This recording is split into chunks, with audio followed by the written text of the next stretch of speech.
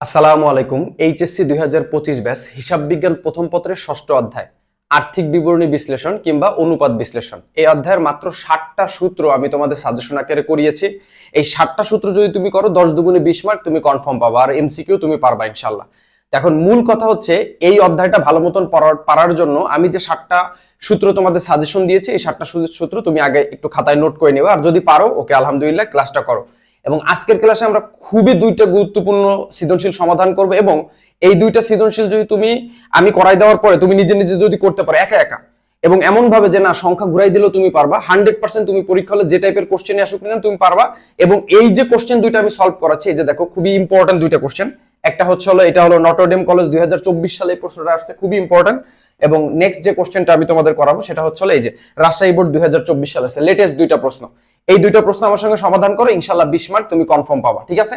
আর আরেকটা কথা একটু বলে নেই, তোমরা শুধুমাত্র ক্লাসগুলো দেখবা না, খাতায় একটু প্লিজ নিজে নিজে কিন্তু এটা খাতায় করো। তুমি যদি খাতায় এটা নিজের থেকে না করো, আমার এই পরিশ্রম বা এই কষ্ট কিন্তু একদমই বৃথা। তো চলো আমরা একদম প্রথম থেকে শুরু করি। এখানে দেখি প্রশ্নটা এখানে দেওয়া আছে, তো আমি এই উদ্দীপক অঙ্ক পড়ার সময় আমি তোমাদের পড়বো। এখন আমরা ডিরেক্ট প্রশ্নে চলে যাই। তো প্রশ্নের দিকে যদি আমরা একটু খেয়াল করি, প্রশ্ন দেখো কি দেওয়া আছে। প্রথমে বসে হচ্ছে বিনিয়োজিত মূলধনের পরিমাণ নির্ণয় করো। কদাগে বসে বিনিয়োজিত মূলধন, আমরা একদম সরাসরি উত্তরে চলে যাই। বিনিয়োজিত মূলধন কি? বিনিয়োজিত মূলধনের সূত্রটা কি? এখানে কিন্তু বসে বিনিয়োজিত মূলধনের পরিমাণ নির্ণয় করতে। তো বিনিয়োজিত মূলধনের পরিমাণের সূত্রটা কি? তো দেখো এখানে আমরা একটু লিখে নিই, এটা হলো কদাগ বিনিয়োজিত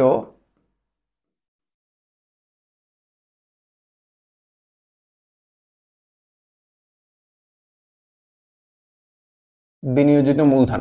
আর এই সূত্র যেগুলো আমি লিখতেছি, ঠিক আছে, এই সূত্র তোমাদের অনেকে মুখস্থ হয় না, বা তোমরা অনেকে মনে করতে পারো যে স্যার এই সূত্র আমার মুখস্থ না, আমি অধ্যায় করব না। কিন্তু এই অধ্যায়টার অঙ্কগুলো কিন্তু ছোট ছোট আসে। যে এই যে আমি অঙ্কটা করাচ্ছি, একদম ছোট্ট একটা অঙ্ক, পারলেই 10 মার্ক, যা সূত্র পারলেই 10টা মার্ক। এখন এই সূত্র কিভাবে মুখস্থ করা যায় সহজে, সেটা আমি তোমাদের একটু পরে বলতেছি। আগে একটু চলো আমরা বেশি কথা না বলে এখানে চলে আসি। বিনিয়োজিত মূলধনের সূত্রটা কি? মোট সম্পত্তি। সূত্রটা কি সবাই আমার সঙ্গে বলো, মোট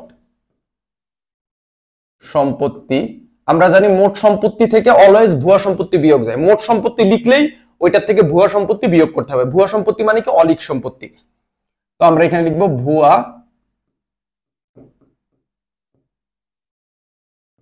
সম্পত্তি, এবং এটার থেকে আমরা বিয়োগ দেব চলতি দায়। কি দায়? চলতি দায়। এবার আসি মোট সম্পত্তি। এটা অঙ্কে সাধারণত দেওয়া থাকে। তো অঙ্কের ভিতর যদি খেয়াল করি, দেখো এই পাশটা হচ্ছে হলো মূলধন ও দায়, আর এই পাশটা হচ্ছে হলো সম্পত্তি। এই সম্পত্তির যে পাশটা, এই যেগুলো, এগুলো সবই সম্পত্তি। এই সম্পত্তির পাশে এই যে দেখো টোটাল যোগ দিয়ে দিছে 5,75,000। এই 5,75,000 যে টাকা, এটাই হলো আমাদের কি? মোট সম্পত্তি। তাহলে 5,75,000 টাকা আমরা লিখে ফেলি, 5,75,000 মাইনাস ভুয়া সম্পত্তি। এখন ভুয়া সম্পত্তি মানে কি? যেগুলো দেখতে সম্পদের মতন কিন্তু আসলে সম্পত্তি না। তো সেই ভুয়া সম্পত্তি কি কি আছে আমরা যদি টঙ্কের ভিতরে খেয়াল করি, তো এখানে কিন্তু একটা ভুয়া সম্পত্তি আছে, সেটা হচ্ছে কি? শেয়ার অবহার। সেটা কি? শেয়ার অবহার। কত টাকা? 9,000 টাকা। আমরা জানি শেয়ার অবহার, বিলম্বিত বিজ্ঞাপন, প্রাথমিক খরচ, এগুলো হলো ভুয়া সম্পত্তি। তো তার ভিতরে একটা কি? শেয়ার অবহার। এটা একটা কি? ভুয়া সম্পত্তি। তার মানে এই অঙ্কে কিন্তু তোমার ভুয়া সম্পত্তি আছে। তাহলে ভুয়া সম্পত্তি কত দেখলাম আমরা? ভুয়া সম্পত্তি দেখলাম হচ্ছে 9,000 টাকা। তাহলে আমরা এখানে লিখবো হচ্ছে 9,000 টাকা, ঠিক আছে, বিয়োগ চলতি দায়। এখন এই চলতি দায়টা সাধারণত অঙ্কে দেওয়া থাকে না, এই চলতি দায়টা আমাদের নির্ণয় করে নিতে হয়। তো চলো আমরা চলতি দায়টা একটু নির্ণয় করে ফেলি, কেমন?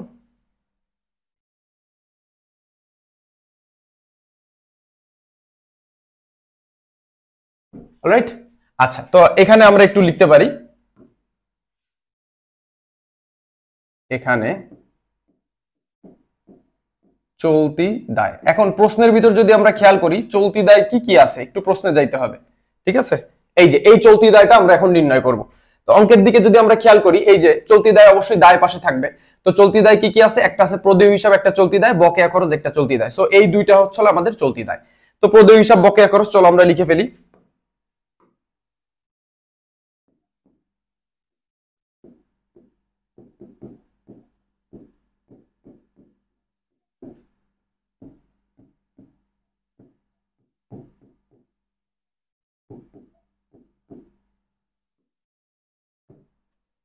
প্রদেয় হিসাব, বকেয়া খরচ। তো প্রদেয় হিসাব কত টাকা দেওয়া আছে? প্রদেয় হিসাব দেওয়া আছে হচ্ছে 28,000 টাকা, আর বকেয়া খরচ দেওয়া আছে কত? 12,000 টাকা।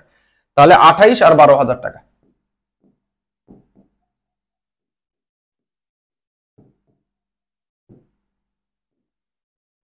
তাহলে 28 আর 12 টোটাল হয় হলো 40,000 টাকা। অলরাইট, আচ্ছা তাহলে চলতি দায় পেলাম কত? 40,000 টাকা। তাহলে এবার আমরা হচ্ছে এই চলতি দায়ের নিচে আমরা এই যে 40,000 টাকা এই চলতি দায়ের নিচে লিখে ফেলবো। তাহলে তোমাদের এটা আগে একটু মাথায় রাখতে হবে যে বিনিয়োজিত মূলধনের সূত্রটা কি। মোট সম্পত্তি থেকে ভুয়া সম্পত্তি বিয়োগ দেবো, এটা থেকে চলতি দায় বিয়োগ দেবো, তারপরে আমরা পেয়ে যাব কি বিনিয়োজিত মূলধন। ঠিক আছে, আচ্ছা তো আমরা একটু মোট সম্পত্তি হচ্ছিল কত ছিল? 5,75,000। এটা থেকে আমরা বিয়োগ করব কত? 9,000। এটা থেকে আমরা বিয়োগ করব কত? 40,000। করলে হয় কত? 5,26,000 টাকা।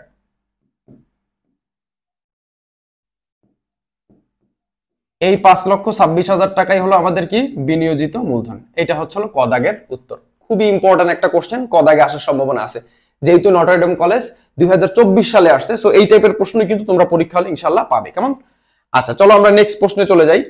তো নেক্সট কোশ্চেনে কি বলছে দেখো, দুইটা। এক নাম্বার হচ্ছে হলো চলতি অনুপাত, ঠিক আছে, আরেকটা হলো দায় মালিকানা অনুপাত।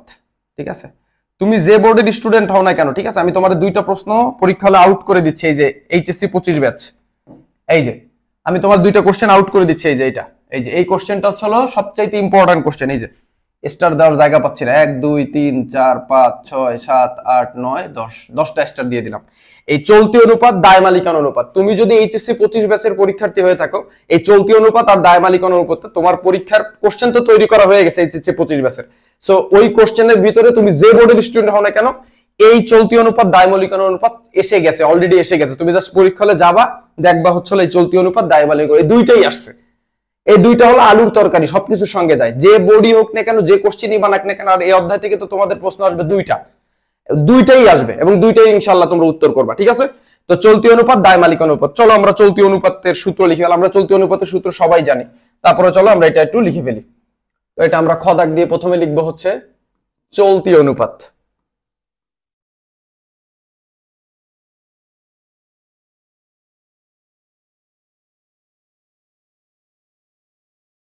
আচ্ছা, চলতি অনুপাতের যে সূত্রটা, সেই সূত্রটা কি? চলতি অনুপাতের সূত্র হচ্ছে হলো গিয়ে চলতি সম্পত্তি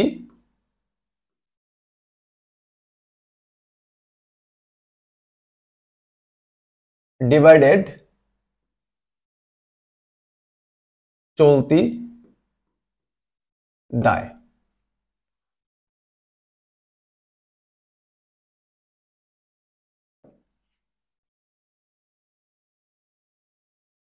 এখন দেখো, এই যে চলতি দায়টা, এটা কিন্তু আমরা একটু আগে নির্ণয় করছি অলরেডি। এই যে চলতি দায় কত টাকা? চলতি দায় হচ্ছিল তোমার এই যে 40,000 টাকা। এটা কিন্তু অলরেডি আমরা নির্ণয় করছি। চলতি দায় কত? 40,000 টাকা। তাহলে আমরা চলতি দায়টা লিখে ফেলি ঝটপট। কত টাকা? 40,000 টাকা। এবার আমাদের লাগবে কি? চলতি সম্পত্তি। এটাও কিন্তু অঙ্কে সাধারণত দেওয়া থাকে না, এটা আমাদের বের করে নিতে হয়। তাহলে চলো আমরা চলতি সম্পত্তিটা একটু নির্ণয় করে ফেলি। চলতি সম্পত্তি কি আগে লিখে ফেলি। ঠিক আছে, প্রথমে নিচে লিখবো এখানে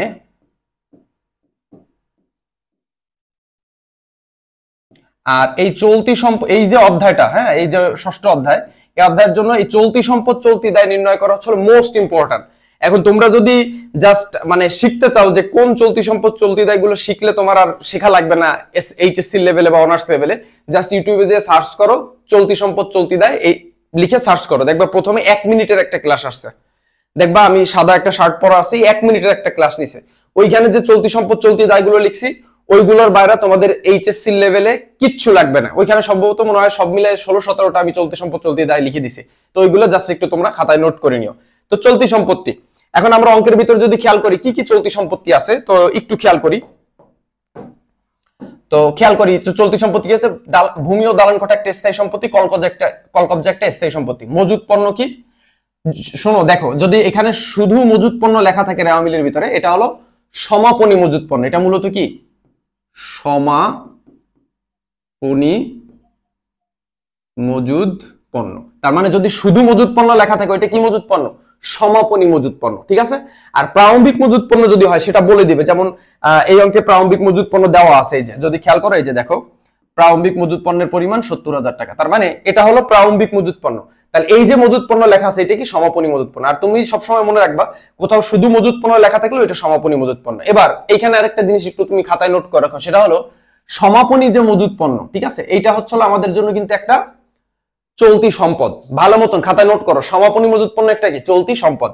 আর এই প্রারম্ভিক মজুদ যে টাকাটা থাকে, প্রারম্ভিক মজুদ পণ্য, এটা কিন্তু আমাদের জন্য একটা খরচ। ভালো মতন খেয়াল করো, প্রারম্ভিক মজুদ পণ্য কি একটা খরচ, সমাপনী মজুদ পণ্য কি একটা চলতি সম্পদ। তার মানে এই অঙ্কে সমাপনী মজুদ পণ্য একটা চলতি সম্পদ। নেক্সট যদি দেখি, প্রাপ্য হিসাব মানে দেনাদার একটা চলতি সম্পদ, হাতে নগদ অবশ্যই একটা চলতি সম্পদ। তার মানে এখানে চলতি সম্পদ আছে এই তিনটা, কি কি, সমাপনী মজুদ পণ্য, প্রাপ্য হিসাব, হাতে নগদ। তো চলো আমরা লিখে ফেলি। মজুদ পণ্য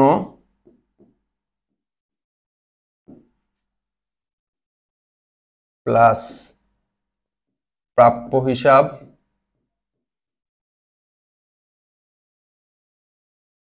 আরেকটা হচ্ছে হাতে নগদ।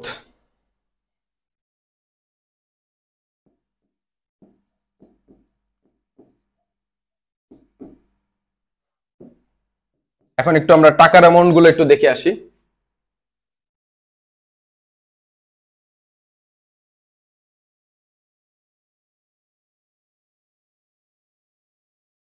টাকার অ্যামাউন্ট কত আছে, মজুদ পণ্য সমাপনী মজুদ পণ্য কত টাকা দেওয়া আছে, সমাপনী মজুদ পণ্য দেওয়া আছে 90,000, প্রাপ্য হিসাব আছে কত 21,000, আর হাতে নগদ আছে হচ্ছে 5,000। তাহলে 90, 21, 5, এটা হচ্ছে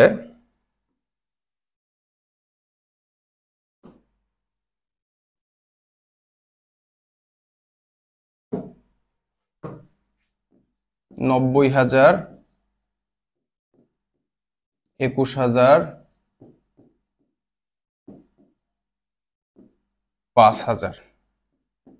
তাহলে 90 আর 21 কত, 1,11,000, ঠিক আছে, 1,11,000, আর 5,000 হচ্ছে 1,16,000,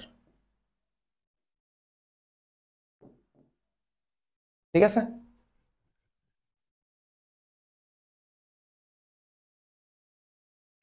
1,16,000 টাকা, অলরাইট। তাহলে এটা হচ্ছে আমাদের কি, এটা হলো আমাদের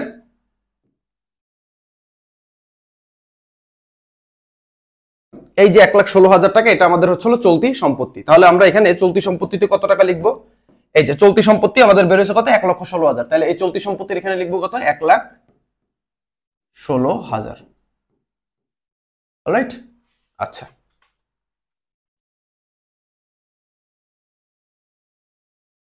আচ্ছা, তাহলে 1,16,000-কে আমরা 40,000 দিয়ে ভাগ দিব। 1,16,000 ভাগ 40,000 করলে বেরোছে 2.9। তাহলে আমরা এখানে লিখবো 2.9। আর আমরা কিন্তু সবাই জানি এই চলতি অনুপাতের আদর্শ মান কত, 2:, আর ইস্টুটা কিন্তু তোমরা এইভাবে লিখবা যাতে একটু ফাঁকা দেখায়, ঠিক আছে, এই মাঝখানে যেন একটু ফাঁকা থাকে, ঠিক আছে, 2:1। তাহলে 2:1 যদি হয়, এর মানে হচ্ছে 1 টাকা চলতি দায়ের বিপরীতে 2 টাকা চলতি সম্পদ থাকা সন্তোষজনক। তার মানে আমাদের এখানে 2 টাকার জায়গায় আছে কত টাকা, 2.9। তার মানে এটা ভালো। এই লাস্টের যে 1:1 এটা আমরা সবসময় উত্তরে লিখে দিব 1:1, ঠিক আছে। আমি বেসিক ক্লাস এগুলো কিন্তু তোমাদের বুঝাই দিচ্ছি। তাহলে এটা সঠিক উত্তর কত, 2.9:1, কেমন। আচ্ছা, তো চলো আমরা এবার হচ্ছে পরের প্রশ্নটা যাই। পরের প্রশ্নে কি বলছে, দায় মালিকানা অনুপাত। তো চলো আমরা দায় মালিকানা অনুপাতটা নির্ণয় করি। এটাও কিন্তু গ দাগেই, দায় মালিকানা, এটা আসবেই পরীক্ষায়, ঠিক আছে।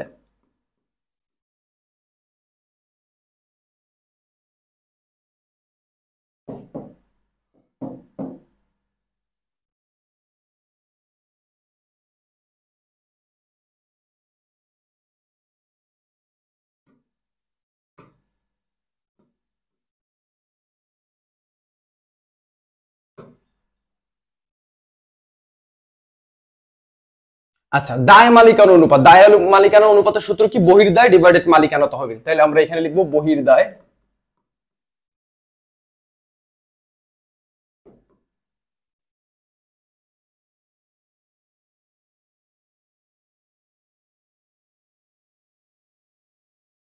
এখন এই বহির্দায় আর মালিকানা তহবিল এই দুইটা জিনিস আমাদের একটু বের করে নিতে হবে। তাহলে প্রথমে আমরা নির্ণয় করবো হচ্ছে বহির্দায়। তো চলো প্রথমে আমরা বহির্দায়টা নির্ণয় করে ফেলি। তাহলে এখানে লিখবো এখানে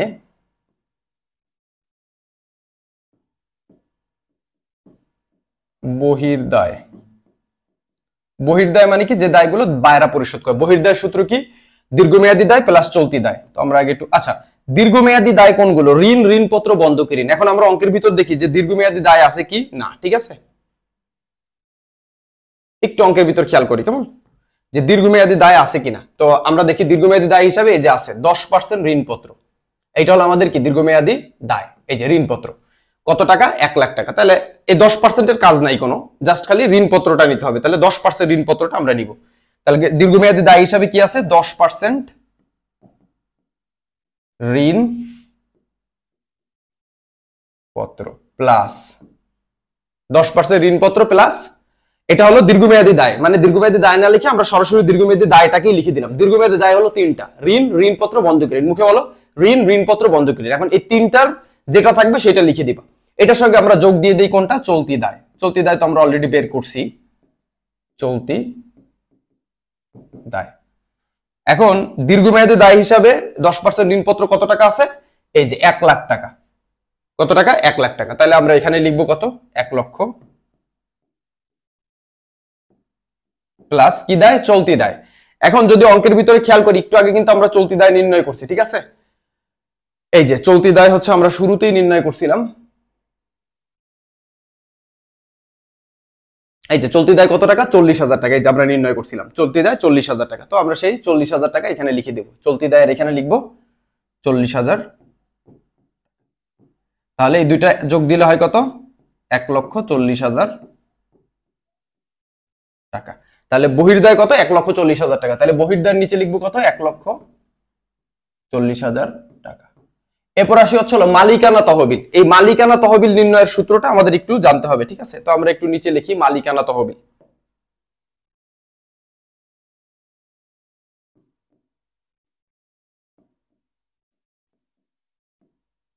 এখন মালিকানা তহবিল কোনগুলো, যেমন শেয়ার মূলধন, শেয়ার অধিহার, সাধারণ সঞ্চিতি, এইগুলো সব যোগ দিয়ে এটা থেকে ভুয়া সম্পত্তিটা আমরা বিয়োগ করি।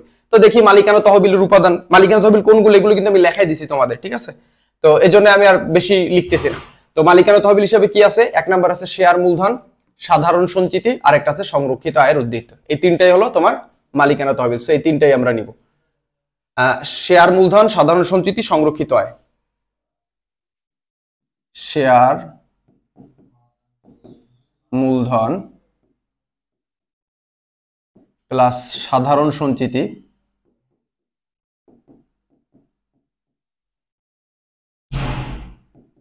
প্লাস সংরক্ষিত আয়ের উদ্বৃত্ত। আচ্ছা, আমরা কিন্তু এটার থেকে অবশ্যই ভুয়া সম্পত্তি যদি অঙ্কে থাকে সেটা বিয়োগ দেব, কারণ ভুয়া সম্পত্তি কিন্তু অলওয়েজ দুইটা জিনিস থেকে বিয়োগ যায়। একটা হলো মোট সম্পত্তি থেকে, আর একটা হলো মালিকানা তহবিল থেকে। তার মানে এই অঙ্কে কিন্তু ভুয়া সম্পত্তি আছে।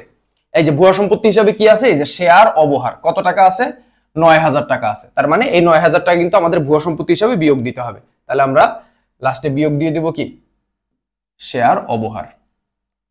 আচ্ছা, শেয়ার লিখে দিই, আমি এখানে লিখে দিই শেয়ার অবহার। অলরাইট। আচ্ছা, এবার আমরা একটু টাকার অ্যামাউন্ট গুলো একটু লিখি।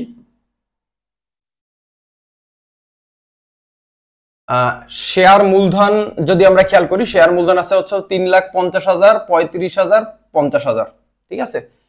3,50,000, 35,000, 50, 3,50,000 প্লাস সাধারণ সঞ্চিতি 35,000 প্লাস সংরক্ষিত হয় 50,000। এটার থেকে বিয়োগ করব শেয়ার অবহার, যা একটা কি সম্পত্তি, ভুয়া সম্পত্তি। তাহলে ভুয়া সম্পত্তি হিসাবে কত টাকা আছে সেটা আমরা একটু দেখে নিই। ভুয়া সম্পত্তি হিসাবে শেয়ার অবহার আছে হচ্ছে 9,000 টাকা। তার মানে এখানে আমরা লিখবো কত টাকা, শেয়ার অবহার 9,000 টাকা বিয়োগ করে দিব। অলওয়েজ মালিকানা তহবিল হইলেই এটা ভুয়া সম্পত্তি আমরা লাথি মেরে বিয়োগ করে দিব। তাহলে এগুলো যোগ দিয়ে 9,000 আমরা বিয়োগ করব।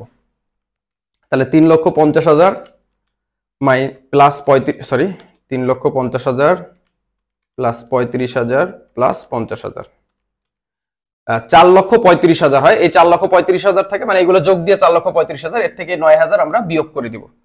বিয়োগ 9,000 কত, 4,26,000। এই 4,26,000 আমার মালিকানা তহবিল। তার মানে মালিকানা তহবিলটা এবার আমরা একটু বসাবো। কত দেখলাম? 4,26,000।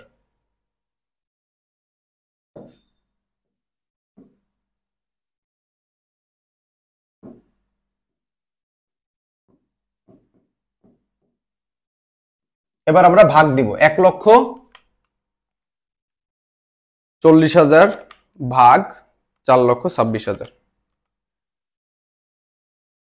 0.32 তোমার 0.3286, তাহলে 3 লেখা যায়, ঠিক আছে? 0.33। এটার আদর্শ মানও কিন্তু 1:1, তাহলে এই লাস্টের ইস্টু একটা আমরা লিখে দিব, 1:1। অলরাইট, মনে থাকবে? এইটা হচ্ছে আমাদের সঠিক উত্তর। সেটা হলো কি, দায় মালিকানা অনুপাত কত? 0.33:1। তোমরা জাস্ট এটা একটু স্ক্রিনশট করে নিতে পারো। এটা কিন্তু খুবই গুরুত্বপূর্ণ একটা প্রশ্ন যেটা আমরা সমাধান করতেছি, কেমন? আচ্ছা, এরপরে আমরা যে কোশ্চেনটা সমাধান করব এটা হচ্ছে এই প্রশ্নের গ দাগে এসেছে, ঠিক আছে? গ দাগে আসছে। তো গ দাগে যদি আমরা একটু খেয়াল করি কি বলছে, গ দাগে বলছে কিন্তু দুইটা জিনিস নির্ণয় করতে বলছে। এক নাম্বার কি, মোট লাভ অনুপাত নির্ণয় করতে বলছে। দুই নাম্বার হচ্ছে মজুদ আবর্তন অনুপাত নির্ণয় করতে বলছে। দুইটা অনুপাত, একটা হলো মোট লাভ অনুপাত আর একটা হলো মজুদ আবর্তন অনুপাত। মোট লাভ অনুপাতের সূত্র কি? মোট লাভ ডিভাইডেড নিট বিক্রয় ইনটু 100। মজুদ আবর্তন অনুপাত হচ্ছে বিক্রিত পণ্যের বাই ডিভাইডেড গড় মজুদ পণ্য। শেষ। তো আসো মোট লাভ অনুপাতের সূত্রটা প্রথমে আমরা একটু লিখি, ঠিক আছে?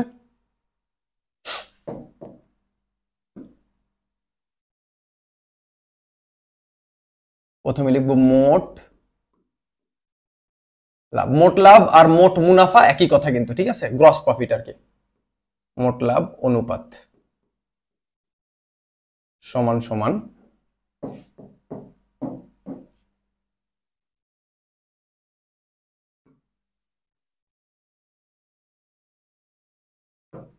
তো মোট লাভ অনুপাতের যে সূত্রটা সেটা কি, মোট লাভ যদি বলে উপরে লিখবো মোট লাভ,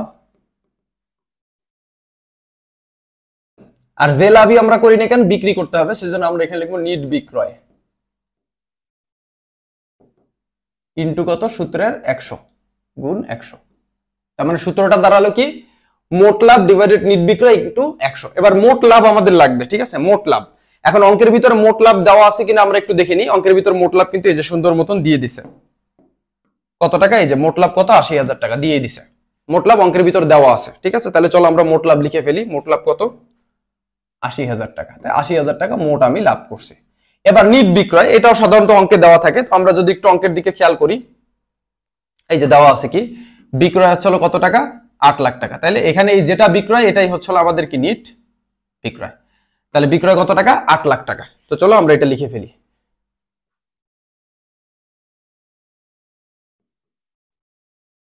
দুইটা উপাদানই দেওয়া আছে কিন্তু একদম সোজা। মোট লাভও দিয়ে দিছে 80,000, নিট বিক্রয় দিয়ে দিছে 8 লাখ। একদম অঙ্কে সরাসরি দিয়ে দিছে, জাস্ট সূত্রটা মুখস্থ করলেই হয়ে যাচ্ছে। এবার আমাদের কাজ কি, এটাকে এটা ভাগ দিয়ে 100 দিয়ে গুণ করব। তাহলে 80,000 ভাগ 8 লাখ ইন্টু 100 কত আসছে? 10। তাহলে আমরা এখানে লিখবো 10। যেহেতু উত্তরে 100 দিয়ে গুণ দিছি মানে সূত্রে, সেহেতু আমরা উত্তরটা অবশ্যই পার্সেন্টেজ দিব, ঠিক আছে?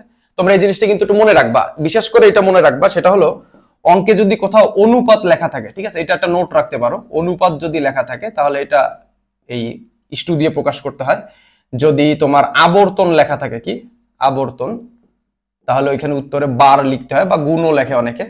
আর হচ্ছে যদি কোথাও 100 দিয়ে গুণ দেওয়া থাকে সূত্রের শেষে, যেমন এই যে এই মোট লাভ অনুপাতে বা নিট লাভ অনুপাতে এগুলো কিন্তু 100 দিয়ে গুণ দিতে হয়, এই জন্য গুণ 100 যদি থাকে তাহলে উত্তরে লিখতে হয় হচ্ছে তোমার পার্সেন্টেজ। এই জিনিসটা একটু তোমরা কিন্তু মাথায় রাখবা, কেমন? অলরাইট, এই জিনিসটা কিন্তু একটু মাথায় রেখো। সেটা কি, অনুপাত বললে ইস্টু দিতে হয়, আবর্তন বললে বার দিতে হয়, 100 দিয়ে গুণ করলে পার্সেন্টেজ দিতে হয়। যেহেতু আমরা এখানে 100 দিয়ে গুণ করছি এই জন্য উত্তরে পার্সেন্টেজ দিছি, কেমন? তো মোট লাভ অনুপাত হচ্ছে 10% পেলাম। এরপর আরেকটা কি বলছে, মজুদ আবর্তন অনুপাত। তো চলো মজুদ আবর্তন অনুপাতের সূত্রটা আমরা একটু লিখে ফেলি।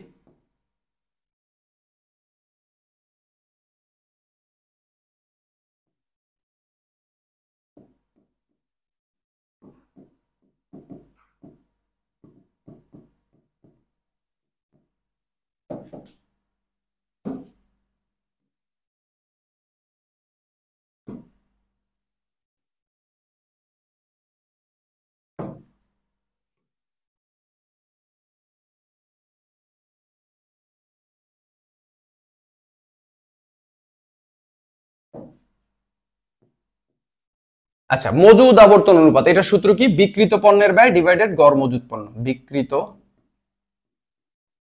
পণ্যের ব্যয় ডিভাইডেড কি?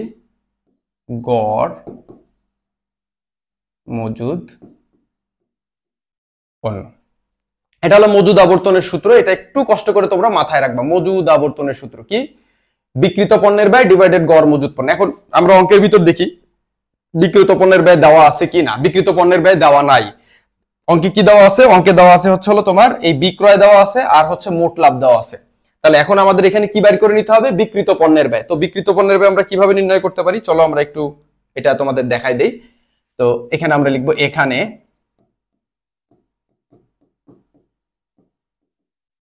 বিক্রিত পণ্যের ব্যয়, বিক্রিত পণ্যের ব্যয়। এখন বিক্রিত পণ্যের ব্যয় যদি আমরা নির্ণয় করতে যাই, বিক্রিত পণ্যের ব্যয় আমরা হচ্ছে, দেখো আমরা কি নির্ণয় করি? নিট বিক্রয় থেকে বিক্রিত পণ্যের ব্যয় বাদ দিয়ে মোট মুনাফা বের করি। জিনিসটা আমি তোমাদের একটু লিখে বুঝাই, কারণ এটা একটা বোঝার বিষয় আছে। আমরা সবাই কিন্তু জানি, ওই যে বিশদ তোমরা করছো না, নিট বিক্রয় থেকে তোমরা কি বাদ দাও? বিক্রিত পণ্যের ব্যয়।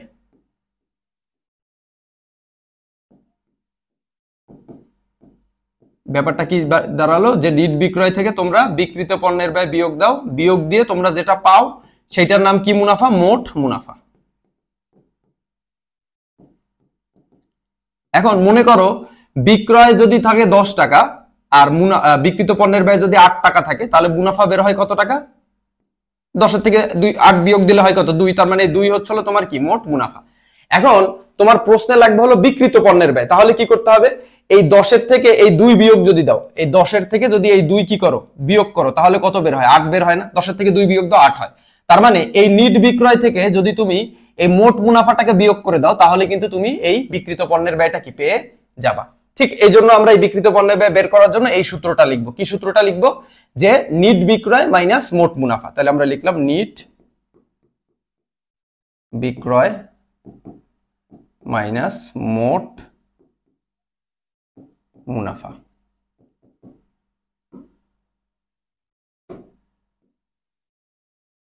এখন আমরা অঙ্কের ভিতরে দেখি নিট বিক্রয় কত আছে। নিট বিক্রয় আছে 8 লাখ আর মোট লাভ আছে হলো 80,000। তাহলে 8 লাখ থেকে 80,000 আমরা বিয়োগ করব। তাহলে নিট বিক্রয় আছে কত? 8 লাখ আর মোট মুনাফা কত? 80,000। এবার 8 লাখ থেকে 80,000 যদি আমরা বিয়োগ করি, তাহলে হয় হচ্ছে 7,20,000। এই 7,20,000 টাকা হলো আমার কি? বিক্রিত পণ্যের ব্যয়। তাহলে আমরা বিক্রিত পণ্যের ব্যয় হিসাবে কত টাকা লিখে দিব? 7,20,000 টাকা। এই যে এই বিক্রিত পণ্যের ব্যয়টা এই যে আমরা বের করলাম। একটু আনকমন কিন্তু, এই যে আমি পাশে কিন্তু তোমাদের বুঝাই দিছি, ঠিক আছে? এটা কিন্তু তোমাদের বোঝা উচিত।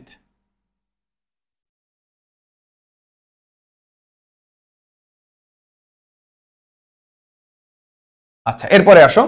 এরপর আমাদের কি লাগবে? গড় মজুদ পণ্য। তো গড় মজুদ পণ্য বের করার কিন্তু একটা সূত্র আছে, ঠিক আছে? সেই সূত্রটা আগে আমরা একটু লিখে ফেলি। গড় মজুদ পণ্য, ঠিক আছে?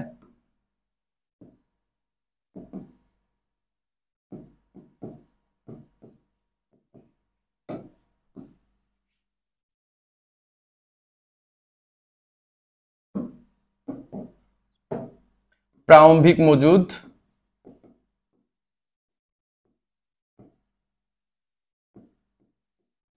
প্লাস সমাপনী মজুদ ভাগ কত? 2।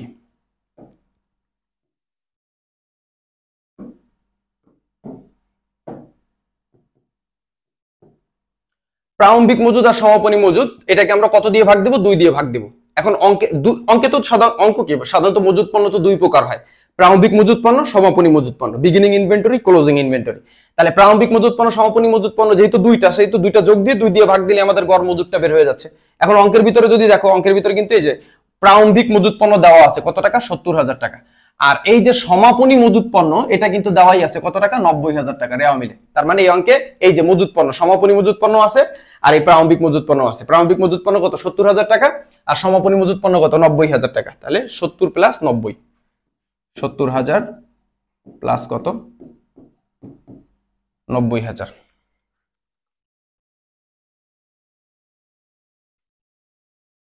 1,60,000 হয়, এই দুটো যোগ দিলে এটাকে কত দিয়ে ভাগ দিব? 2 দিয়ে ভাগ দিব। তাহলে 2 দিয়ে ভাগ দিলে হয় কত? 80,000। ঠিক আছে, তাহলে গড় মজুদ পণ্য কত টাকা? 80,000 টাকা। এটা আমরা কিন্তু পেয়ে গেলাম।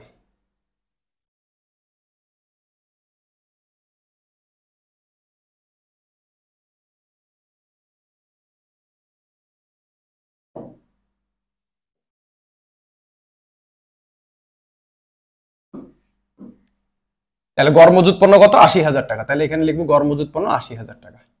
আচ্ছা, এবার আমরা কি করব? 7,20,000 কে ভাগ দিব কত দিয়ে? ভাগ দিব হচ্ছে তোমার 80,000 দিয়ে। ভাগ করলে হয় হচ্ছে 9। আর দেখো আমরা কিন্তু সবাই জানি এটা, সেটা কি? যদি আবর্তন থাকে সূত্রের ভিতর, তাহলে আমরা উত্তরে কি লিখি? বার লিখি। যেহেতু এখানে মজুদ আবর্তন বসে, একটু খেয়াল করো, এখানে যেহেতু মজুদ কি লিখছে?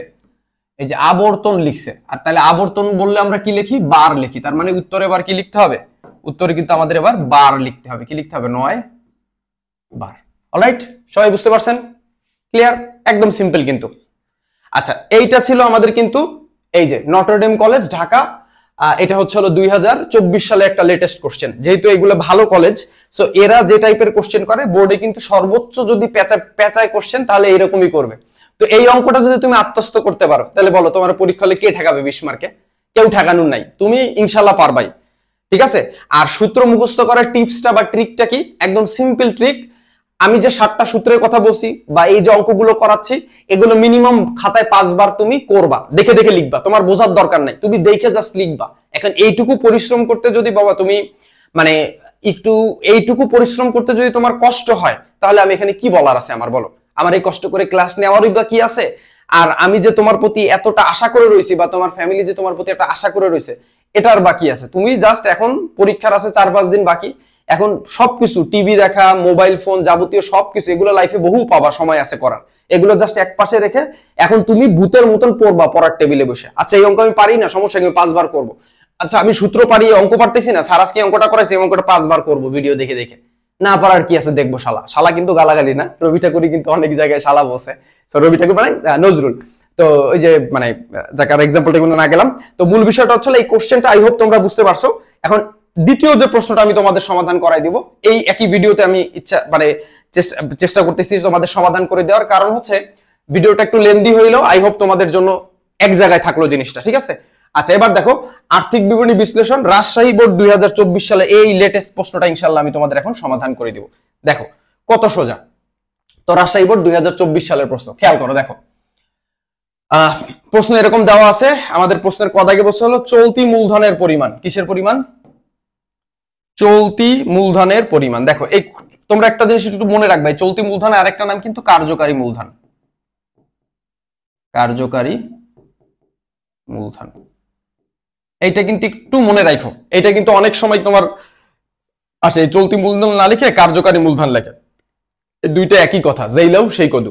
তো এখন আমরা এই চলতি মূলধনের পরিমাণটা কিন্তু নির্ণয় করব। কেমন?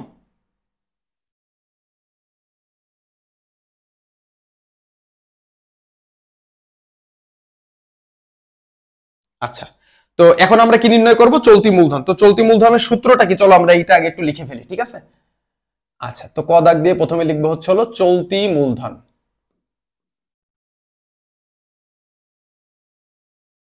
আচ্ছা, চলতি মূলধনের সূত্রটা কি আমরা সবাই আচ্ছা চলতি মূলধন বলছে, চলতি মূলধনের সূত্র হলো মোট সম্পদ মাইনাস মোট দায়, মোট চলতি সম্পদ মাইনাস মোট চলতি দায়।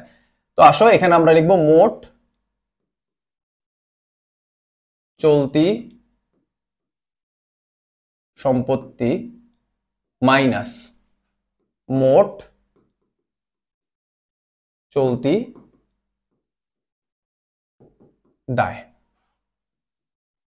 দেখো মোট চলতি সম্পত্তি, এখন অঙ্কের ভিতরে দেখতে হবে যে কি কি চলতি সম্পত্তি আছে। আগে আমরা চলো আগে একটু লিখে নিই। লিখবো এখানে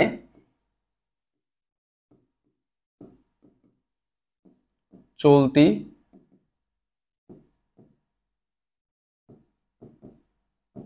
এখন যদি একটু খেয়াল করি চলতি সম্পত্তি হিসাবে কি কি আছে, তো চলতি সম্পত্তি হিসাবে আমরা যদি একটু অঙ্কের ভিতর খেয়াল করি, এই যে এখানে কি দেওয়া আছে, এই যে এক আছে হচ্ছে হলো সমাপনী মজুদ পণ্য, আর একটা হচ্ছে হলো প্রাপ্য হিসাব, এটা একটা চলতি সম্পত্তি। নগদ জমা, হ্যাঁ নগদ জমা মানে হাতে নগদ আছে, এটা একটা চলতি সম্পত্তি। প্রাপ্য নোটস মানে প্রাপ্য বিল, প্রাপ্য নোটস মানে কি প্রাপ্য বিল, এটা একটা চলতি সম্পত্তি। তার মানে চলতি সম্পত্তি আছে এই যে এই চারটা, কি কি? সমাপনী মজুদ পণ্য, প্রাপ্য হিসাব, নগদ জমা, আর একটা হলো প্রাপ্য নোটস। তাহলে এই নগদ জমা মানে হলো হাতে নগদ, তো এইগুলো আমরা একটু লিখবো। তাহলে সমাপনী মজুদ পণ্য, প্রাপ্য হিসাব আগে একটু লিখে ফেলি।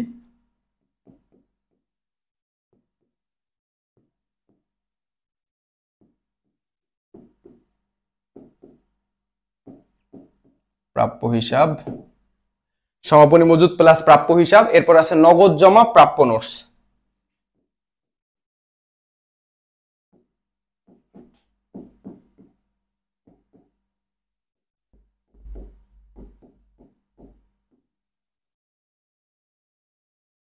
রাইট,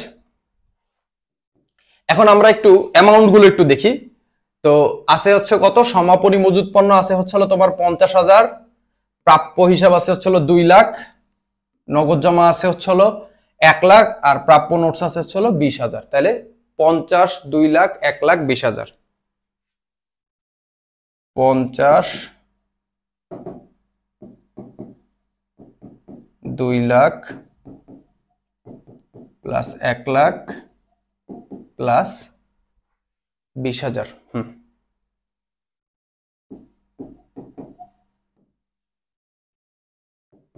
তাহলে যদি যোগ দেই 2 আর 1 3, 3,50,000, 70,000, তাহলে এখানে হবে 3,70,000। তাহলে মোট সম্পত্তি পেলাম কত? 3,70,000। তাহলে মোট সম্পত্তির এখানে লিখলাম 3 লক্ষ, মোট চলতি সম্পত্তি আর কি 3,70,000 মাইনাস, এবার আমরা কি লিখবো? মোট চলতি দায়। ঠিক আছে,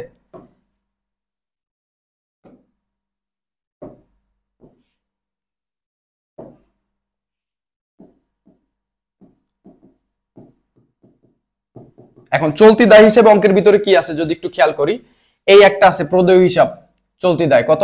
2 লাখ। ঠিক আছে, 1 2 3 4, 1 2 3 4। আচ্ছা, এরপর কি আছে? ব্যাংক জমাতিরিক্ত আছে কত?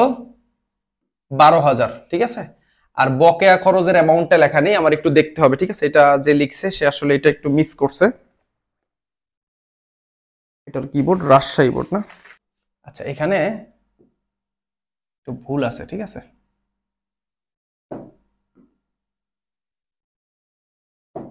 এখানে হবে হলো 25,000,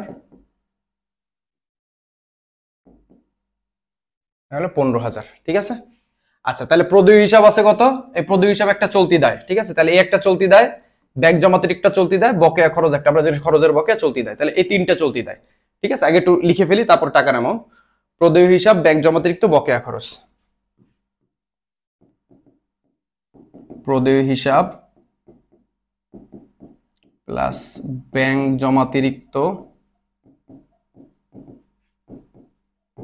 ব্যাংক জমাতিরিক্ত মানে কি? ব্যাংকে যে টাকা জমা ছিল তার থেকে অতিরিক্ত উত্তোলন করছে, এটা একটা চলতি দায়, ব্যাংক ওভারড্রাফট বলে এটাকে। ঠিক আছে, আর একটা হলো বকেয়া খরচ, সকল প্রকার খরচের বকেয়া চলতি দায়। আচ্ছা, এটা ও যে লিখছে প্রশ্ন, ও আর কি একটু প্রিন্টিং এর সময় ঝামেলা করছে, তো এটা আমি তোমাদের বুঝাই দিচ্ছি। প্রদেয় হিসাব কত? 1,10,000, ব্যাংক জমাতিরিক্ত হচ্ছে 25,000, আর বকেয়া খরচ হচ্ছে 15,000। তাহলে 1,10,000, 25, 15, 1,10,000 প্লাস 25,000 প্লাস 15,000। ঠিক আছে, তাহলে 1,10,000 আর 25 কত? 1,35,000, 35 আর 15 হচ্ছে 40, 50, তাহলে হয় 1,50,000 টাকা। ঠিক আছে, তাহলে চলতি দায় পাইলাম কত? 1,50,000 টাকা।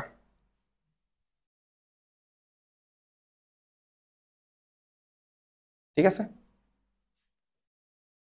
1,50,000 টাকা চলতি দায়, 1,50,000 টাকা। তাহলে এখানে লিখবো, এখানে এই মোট না লিখলেও হয়। ঠিক আছে, তুমি যদি জাস্ট চলতি সম্পদ বিয়োগ চলতি দায় লেখো তাও হবে। ঠিক আছে, তাহলে 3,70,000 থেকে 1,50,000 বিয়োগ করতে হবে, তাহলে হয় 2,20,000। এই 2,20,000 টাকা আমাদের কি? চলতি মূলধন। হ্যাঁ, উত্তর ঠিক আছে, এই যে চলতি মূলধন 2,20,000 টাকা। খ দাগে দেখো, আমি তোমাদের বারবার বলছি এই প্রশ্নটা আসবেই। ঠিক আছে, সেটা কি? চলতি অনুপাত। ঠিক আছে, তাহলে আর এই যে এই দুইটা আমি বলছি, এই দুইটা আসবেই পরীক্ষায়, এই দুটো ছাড়া প্রশ্ন করা সম্ভব না। একটা হলো এই যে ক্ষয়ের চলতি অনুপাত, আর একটা হলো এই যে দায় মালিকানা অনুপাত। এই দুইটা ছাড়া প্রশ্ন করাই সম্ভব না, এই দুটো থাকবেই যে বোর্ডের স্টুডেন্টই হও না কেন। তাহলে প্রথমে চলো, এখানে কিন্তু আরো একটা জিনিস বসে খদাকে, চলতি অনুপাত আর তারল্য অনুপাত। এই তারল্য অনুপাতটাও অনেক ইম্পর্টেন্ট, ঠিক আছে? তো আমরা চলতি অনুপাত আর তারল্য অনুপাতের সূত্র লিখে ফেলবো।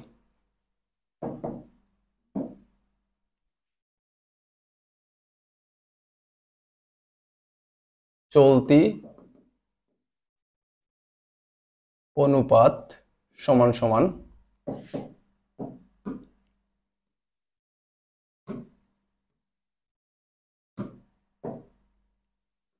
চলতি সম্পত্তি ডিভাইডেড চলতি দায়, ঠিক আছে? তো চলতি সম্পত্তি চলতি দায়, এটা যদি আমরা একটু অঙ্কের ভিতরে খেয়াল করি, অঙ্কে কিন্তু আমরা একটু আগেই এই যে চলতি সম্পত্তি কিন্তু নির্ণয় করছি কত, 3,70,000 টাকা চলতি সম্পত্তি, আর চলতি দায় কত, 1,50,000 টাকা। তাহলে 3,70,000 ডিভাইডেড 1,50,000, 3,70,000 ডিভাইডেড 1,50,000 ভাগ করলেই কিন্তু হয়ে যাচ্ছে, ঠিক আছে? কারণ একবার তো আমরা নির্ণয় করছি চলতি সম্পদ চলতি দায়। 3,70,000 ভাগ 1,50,000,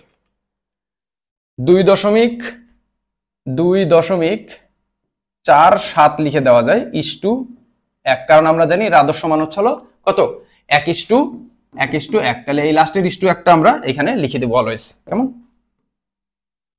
আচ্ছা, এটা ছিল চলতি অনুপাত, ঠিক আছে? তো চলতি অনুপাত 2.47:1, এই যে উত্তর মিলে গেছে কিন্তু আমাদের, ঠিক আছে? এবার আমাদের কি লাগবে হচ্ছে তারল্য অনুপাত। তো চলো আমরা তারল্য অনুপাতের সূত্রটা একটু লিখে ফেলি, ঠিক আছে? তারল্য, এই তারল্য অনুপাতের কিন্তু বেশ কিছু নাম আছে, এই নামগুলো কিন্তু তোমরা একটু মাথায় রাখিও, কেমন? এই যে তারল্য অনুপাত, এই তারল্য অনুপাতের বেশ কিছু নাম আছে কিন্তু, ঠিক আছে? যেমন অগ্নি পরীক্ষা অনুপাত, ঠিক আছে? অগ্নি বা দ্রুত পরীক্ষা বা অ্যাসিড টেস্ট, ঠিক আছে? বা হ্যাঁ, এটার কিন্তু বেশ কিছু নাম আছে, ঠিক আছে? বা এটার হচ্ছে তোমার হচ্ছে কুইক টেস্ট রেশিও বলে, ঠিক আছে? আচ্ছা, তো অগ্নি পরীক্ষা, দ্রুত পরীক্ষা, অ্যাসিড টেস্ট, বা এটাকে কিন্তু ওই যে তরলতা অনুপাত বলে, ঠিক আছে? তরলতা অনুপাত। এই তারল্য অনুপাত আর তরলতা অনুপাত একই কথা, আর এইগুলো একই কথা, জাস্ট এই একটা তারল্য অনুপাতেরই এই নামগুলো একটু মনে রাখবে। এই একটারই বেশ কিছু সমার্থক শব্দ আছে। অনেক সময় তোমার পরীক্ষা আসতে পারে যে দ্রুত পরীক্ষা অনুপাত, তারপর হচ্ছে অ্যাসিড টেস্ট অনুপাত বা অগ্নি পরীক্ষা, এগুলো কিন্তু একই জিনিস, ঠিক আছে? আর এই অধ্যায়ের এমসিকিউ এর জন্য মোস্ট একটা ইম্পর্টেন্ট টপিক হচ্ছে এগুলোর আদর্শ মান। যেমন কোনটার আদর্শ মান কত, যেমন চলতি অনুপাতের আদর্শ মান 2:1, তারল্য অনুপাতের আদর্শ মান হচ্ছে 1:1, দায় মালিকানা অনুপাতের আদর্শ মান হচ্ছে 1:1, মানে কোনটার আদর্শ মান কত, এটা কিন্তু এমসিকিউ তে অনেক গুরুত্বপূর্ণ, বোর্ডে কিন্তু বারবার আসে, এবং এইচএসসি 2025 সালেও কিন্তু আসবে ইনশাআল্লাহ, কেমন? তো আসো, তো তারল্য অনুপাতের সূত্রটা আমরা একটু লিখে ফেলি, ঠিক আছে? তো তারল্য অনুপাতের সূত্র কি?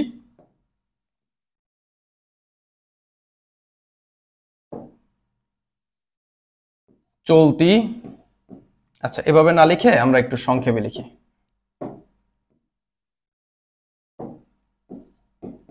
তারল্য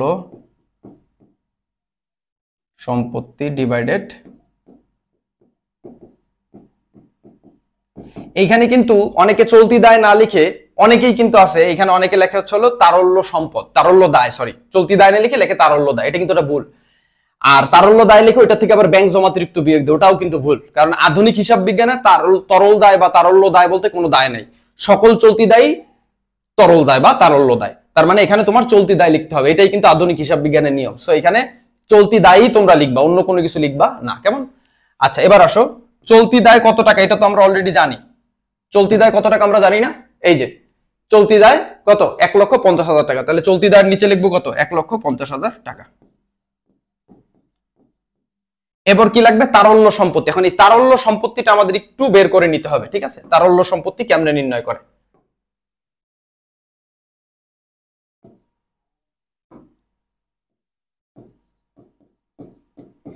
তারল্য সম্পত্তির সূত্র কি? তারল্য সম্পত্তি সমান সমান চলতি সম্পত্তি মাইনাস সমাপনী মজুদ পণ্য প্লাস কি অগ্রিম খরচ। হ্যাঁ, এখন তোমরা অনেকে বলো যে স্যার এই চলতি সম্পত্তি থেকে এই দুইটা জিনিস কেন বিয়োগ করে? দেখো, তরল্য সম্পদ মানে চলতি সম্পত্তি, সোজা ভাষায় বোঝো। তারল্য সম্পদ মানেও যা, চলতি সম্পদ মানেও তাই। কিন্তু এটার ভিতরে সামান্য একটু পার্থক্য আছে, সামান্য একটু মানে একটু কথা আছে। সে কথাটা কি, এই যে দুইটা এই যে সমাপনী মজুদ পণ্য অগ্রিম খরচ, এই দুটোও কিন্তু চলতি সম্পদ, কিন্তু এই দুইটার তরলতা কম, লিকুইডিটি কম, মানে এই দুইটাকে সহজে নগদ টাকায় রূপান্তর করা যায় না। দ্যাটস ওয়াই আমরা এই দুইটাকে চলতি সম্পত্তিকে লাথি মেরে বিয়োগ করে দিই। বিয়োগ করার পরে যে চলতি সম্পত্তিটা থাকে ওইটাকেই আমরা তারল্য সম্পত্তি বলি। আর সোজা সাপটা কথা, এটা মুখস্থ রাখতে হবে, ঠিক আছে? এবার আসো, চলতি সম্পত্তি কত টাকা? একটু আগে কিন্তু আমরা নির্ণয় করছি চলতি সম্পত্তি কত টাকা। একটু অঙ্কের দিকে খেয়াল করো, এই যে চলতি সম্পত্তি ছিল 3,70,000 টাকা। তো চলো আমরা এখানে 3,70,000 টাকা আগে লিখে ফেলি।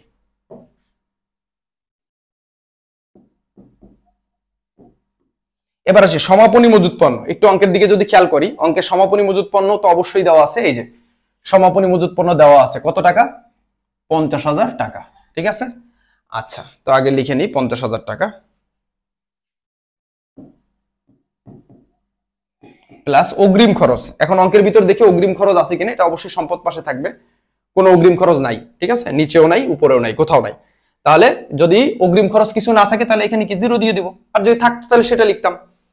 এবার আসো, 3,70,000 থেকে 50,000 গেলে থাকে হলো 3,20,000। 3,20,000 টাকা, এটা হলো তারল্য সম্পত্তি। তাহলে তারল্য সম্পত্তি কত টাকা লিখবো? 3,00,000 তোমার হচ্ছে হলো 20,000 টাকা। তাহলে 3,20,000 কে আমরা ভাগ করবো হচ্ছে 1,50,000 দিয়ে। তাহলে আসছে 2.133। তাহলে এটাকে 2.13 লেখা রাখবে, ইস্টু 1। কেন 1 লিখবো? কারণ এটার আদর্শ মান হচ্ছে 1:1। এই লাস্টের ইস্টু 1টা আমরা এখানে উত্তরের পাশে লিখে দিব, ঠিক আছে? আচ্ছা, আমরা যদি একটু খেয়াল করি, 2.13:1, 2.13:1 উত্তর মিলছে, ঠিক আছে? অলরাইট। এরপরে হচ্ছে হলো মালিকানা মোট সম্পত্তি অনুপাত আর দায় মালিক অনুপাত। দুইটা অনুপাত নির্ণয় করতে বলছি কিন্তু এখানে, একটু খেয়াল করো, ঠিক আছে? হ্যাঁ, একটা বলছে হলো মালিকানা মোট সম্পত্তি অনুপাত, আরেকটা বলছে কি, আরেকটা বলছে হচ্ছে হলো দায় মালিকানা অনুপাত। এটা হলো মোস্ট ইম্পর্টেন্ট, আর এটাও একটু লেস ইম্পর্টেন্ট, বাট একটু শেখো, ঠিক আছে? মালিকানা মোট সম্পত্তি অনুপাত, এটা আমরা কিভাবে নির্ণয় করব, ঠিক আছে?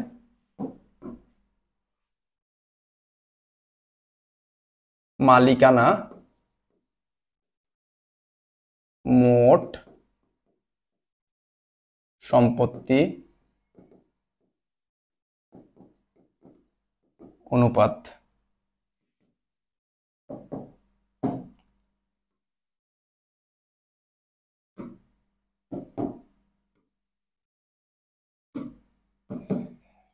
আচ্ছা, মালিকানা মোট সম্পত্তি অনুপাত কি? মালিকানা মোট সম্পত্তি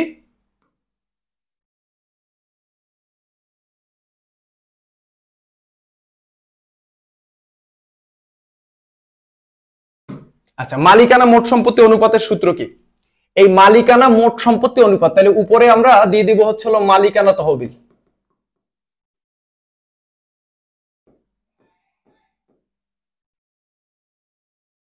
কিরে ভাই, এটা বাঁকাই গেছে কে?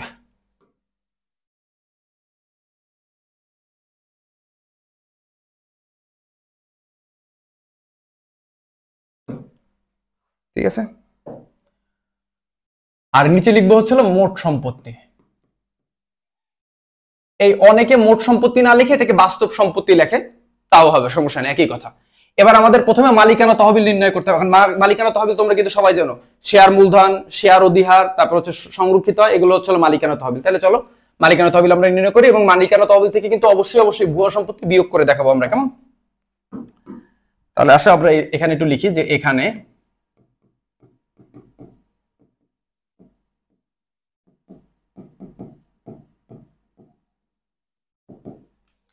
লিখবো মালিকানা তহবিল। তাহলে মালিকানা তহবিল সূত্র কি? আচ্ছা, এখন অঙ্কের ভিতরে একটু দেখি মালিকানা তহবিল কি কি দেওয়া আছে। এই যে একটা আছে শেয়ার মূলধন, এটা একটা মালিকানা তহবিল। সংরক্ষিত, এটাও মালিকানা তহবিল, মানে প্রতিষ্ঠানের সম্পদের উপর মালিকের যে দাবি।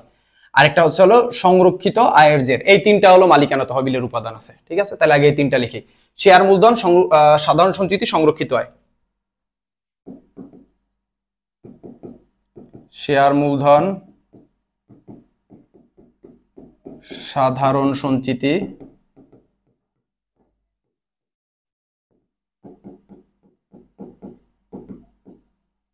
সংরক্ষিত,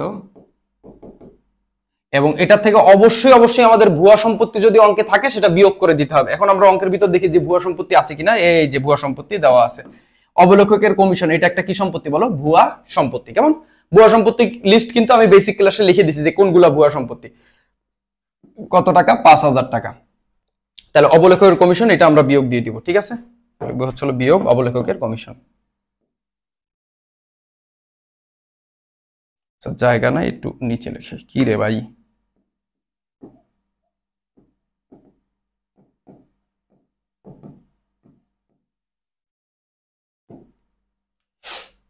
শেয়ার মূলধন, শেয়ার মূলধন, সাধারণ সঞ্চিতি, সংরক্ষিত আয়। দেখি না কি কত কত টাকা।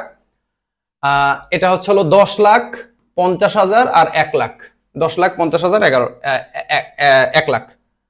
10,50,000 প্লাস 1 লাখ, 10,50,000, 1 লাখ। আর ভুয়া সম্পত্তি অবলেখকের কমিশন কত টাকা? 5,000 টাকা। তাহলে এটা আমরা বিয়োগ দিয়ে দিব লাস্টে। এই অবলেখকের কমিশন কত টাকা? 5,000 টাকা। এবার যদি আমরা একটু যোগ করি, 10,00,000, 11,50,000 থেকে 5,000 গেলে থাকে 11,45,000।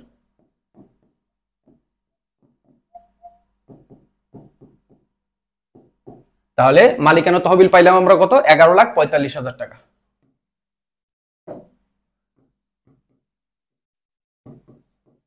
এবার আমাদের লাগবে মোট সম্পত্তি। তো মোট সম্পত্তি কত টাকা?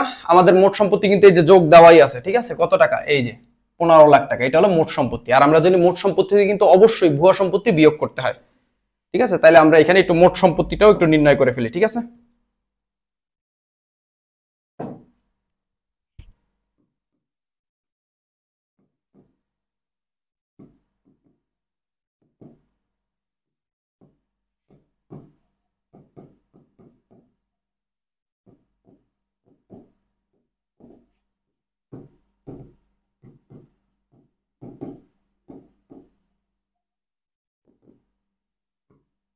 তাহলে মোট সম্পত্তি দেওয়া আছে কত লাখ? 15 লাখ। এটা তো অঙ্কের ভিতর দেওয়াই থাকবে। অবলেখকের কমিশন ছিল কত টাকা? 5,000 টাকা। তাহলে 15 লাখ থেকে 5,000 গেলে থাকে হচ্ছে 14,95,000, ঠিক আছে? তাহলে মোট সম্পত্তি কত? 14,95,000। কেমন? 14,95,000।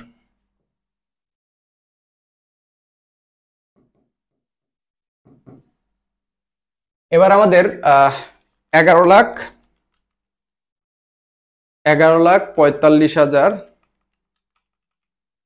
ভাগ 14,95,000, 0.7658 আছে। তাহলে 0.77 লিখে দেওয়া যায়। 0.77। এটা যেহেতু এটার আদর্শ মান হচ্ছে 1:1, তাহলে লাস্টের 1:1 লিখে দেবো। এটার আদর্শ মান হলো 1:1, তার মানে লাস্টের 1:1 কি করতে হবে? এই যে লিখে দিতে হবে 1:1। আচ্ছা, এটা গেল হলো তোমার হচ্ছে হলো কি, যে তোমার হচ্ছে মোট, সরি, মালিকানা মোট সম্পত্তি অনুপাত। এবার কিন্তু আমাদের সেই মোস্ট ইম্পর্টেন্ট, এই যে আমি একটু স্টার দিয়ে দেই, এটা কিন্তু তোমার পরীক্ষায় থাকবেই। সেটা হচ্ছে হলো কি, এই যে দায় মালিকানা অনুপাত, ঠিক আছে? তো চলো আমরা দায় মালিকানা অনুপাতটাও একটু লিখে ফেলি।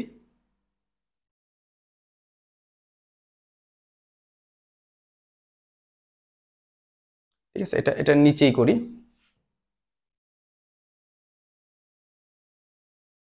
বুঝাইতে সুবিধা হবে আর কি।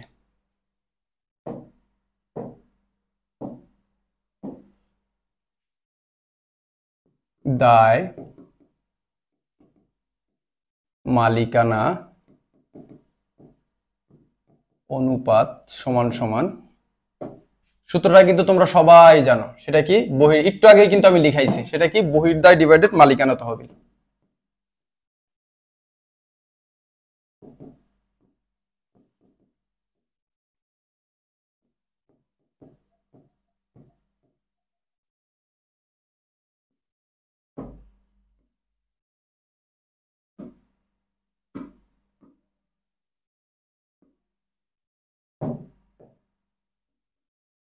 আচ্ছা, বইতে মালিকানা তহবিল তো একটু আগে আমরা নির্ণয় করছি, এই যে এই মালিকানা তহবিল একটু আগে নির্ণয় করছি না, ওই যে শেয়ার অধিকারটা দিয়ে সব যোগ দিয়ে যে বাইর করছি না, এই যে মালিকানা তহবিল কত টাকা ছিল, 11,45,000। ঠিক আছে, 11,45,000। তো চলো সেটা আমরা লিখে ফেলি।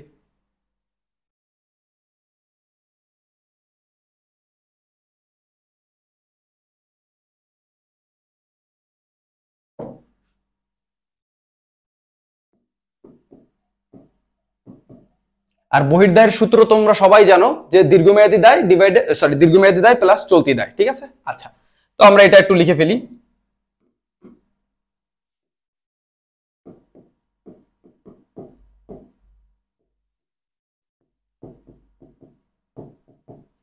আচ্ছা, দীর্ঘমেয়াদী দায় কোনটা এটা তো তোমরা সবাই জানো।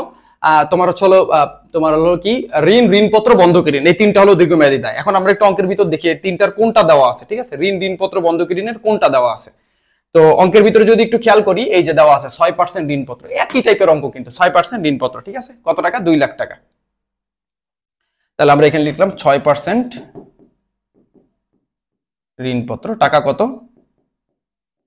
2 লাখ টাকা। আর এটার সঙ্গে কি যোগ দিয়ে দিতে হবে, চলতি দায়।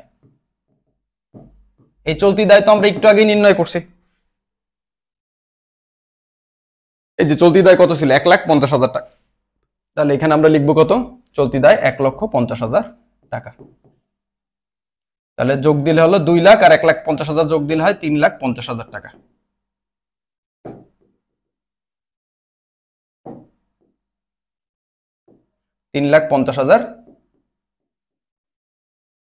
টাকা। এটা হলো বহির্দায় 3,50,000 টাকা। তাহলে এখানে আমরা লিখবো কত, 3,50,000 টাকা। এবার এই 3,50,000কে আমরা 3,50,000 ভাগ 11,45,000, তাহলে হচ্ছে হলো 0.3056 আছে, তাহলে 3,1 লিখতে পারি। ঠিক আছে, আর এটার আদর্শ মানও হচ্ছে হলো তোমার 1:1, তাহলে লাস্টের 1:1টা আমাদের এখানে লিখে দিতে হবে।